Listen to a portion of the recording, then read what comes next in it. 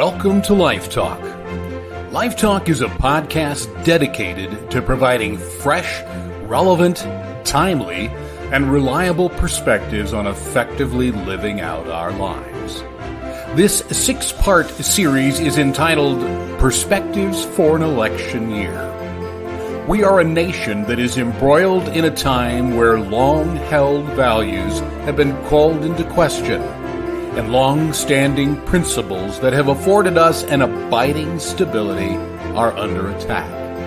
This series has been produced to deliver an array of thoughtful and yet pointed perspectives to assist us in responsibly and dutifully navigating these confusing and questionable times. We hope that you enjoy this week's podcast.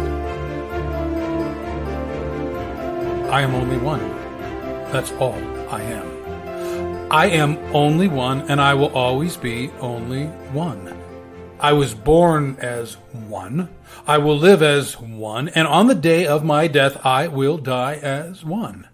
In this journey that we call life, I am and will always be completely restricted and wholly limited to being one and only one. And all of those daunting realities strike me as miserably pathetic and colossally discouraging. Sadly, I am only one. I am only one in a mammoth sea of surging and foaming humanity within which my main and often single goal is simply to survive. The winds will blow, and the tides will roll in whatever way they spuriously and often callously choose to blow and roll.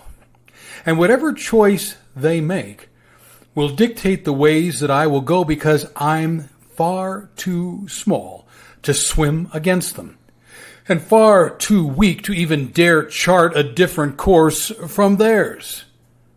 I am only one. And being one doesn't appear to be enough. I am only one, and because I am, even the reality of my existence is of little note. In the span of this minute, or this hour, or this day, or in the span of history itself, my existence will not only be largely disregarded, it won't even register enough to acknowledge that I was here in the first place. Even the briefest notation that I have made or will make on the pages of history will be entirely lost in the seemingly infinite volumes of tightly written copy that stretch from mankind's earliest moments to his eventual demise, because I am only one. And so, because I am only one, I relegate myself to being only one. And in relegating myself to being one and only one, I unwittingly embrace the limitations that I perceive are part and parcel of being one and only one. I suit up in the pathetic apparel of powerlessness. I chart a path of capitulation that's dictated by the insensitive winds and tides of life. And I bow to the lamentable goal of surrender, because I figure that that's about as good as it gets. And then in some sort of tense angst, I hunker down and wait for whatever's going to happen to me, letting my mind spin in wild gyrations as I frantically attempt to figure out how I'm going to deal with whatever's going to happen when it eventually happens. And so what will I do with the fact that I am only one? I am only one in a world that's spiraling. I am only one in a world that's rapidly redressing itself in garments that are far from the ethics, morals, and values within which it was clothed at birth.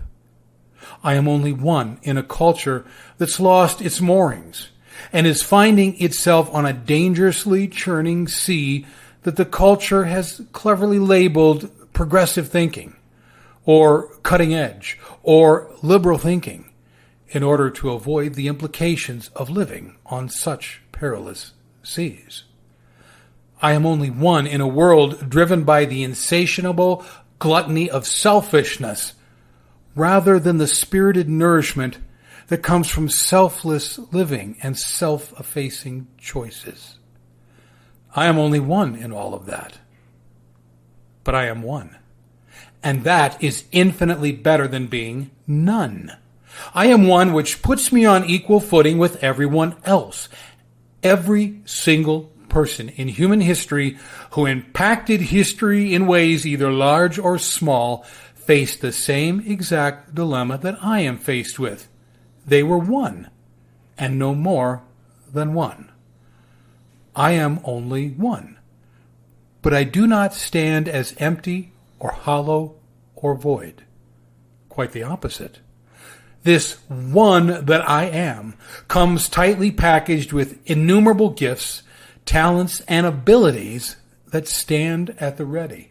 I am only one, but that one that I am is entirely and irrevocably different from any other one that has ever lived in the entire expanse of human history.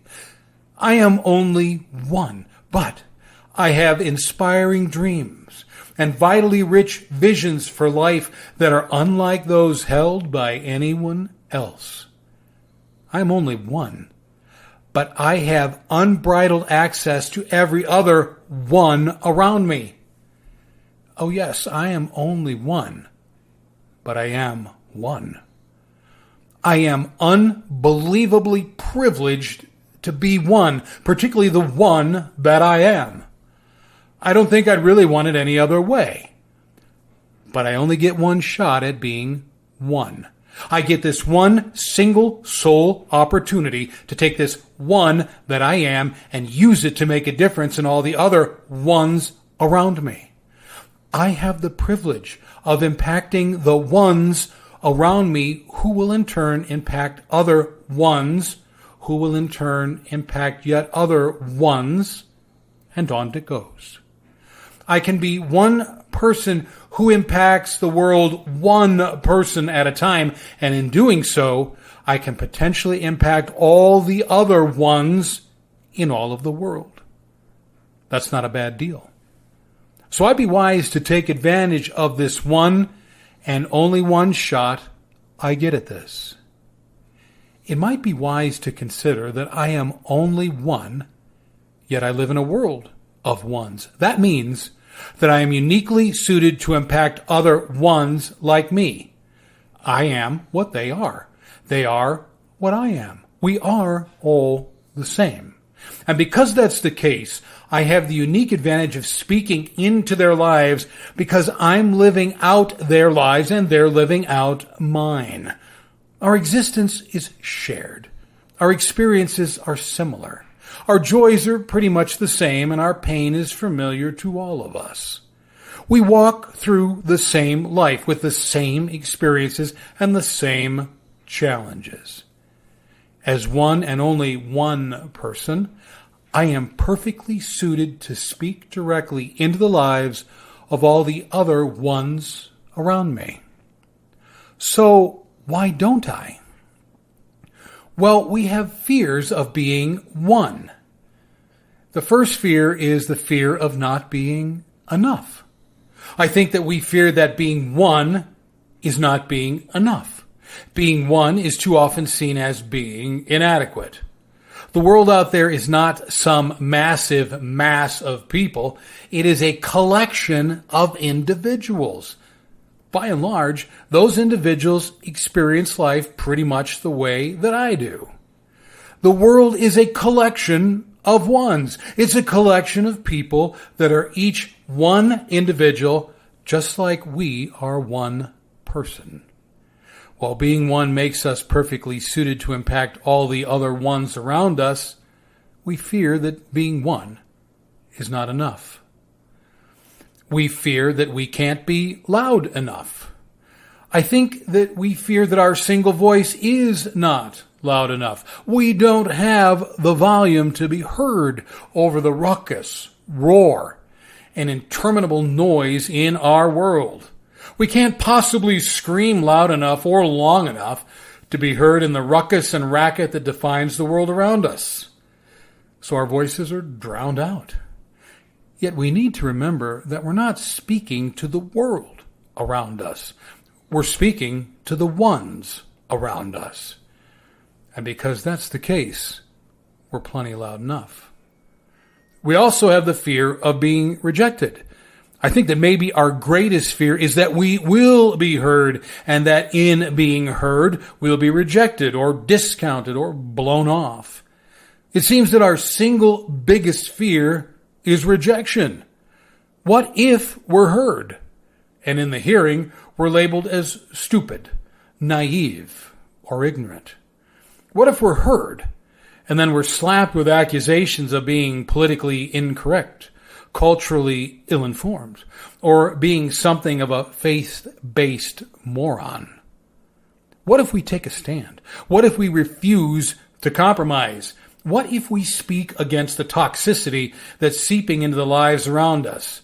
What if what we're saying isn't popular or trendy or politically correct? What if we're rejected? But there is great opportunity in being one. Look, I am only one in a mammoth sea of surging and foaming humanity within which my main and often single goal is simply to survive. But I am one. And my oneness is sufficient to forego surviving and embrace living. The winds will blow and the tides will roll in whatever way they spuriously and often callously choose to blow and roll. And whatever choice they make does not have to dictate the ways that I will go, because I am one. And because I can swim against them and dare to chart a different course from theirs. I am only one, and being one is enough. I am only one. And because I am, the reality of my existence can change the reality of everyone around me. In the span of this minute, or this hour, or this day, or in the span of history itself, my existence can be noted. And because I am one, it can register enough to acknowledge that I was here. The briefest notation that I have made or will make on the pages of history will add moving lines of inspiration in the seemingly infinite volumes of tightly written copy that stretch from mankind's earliest moments to his eventual demise, because I am one.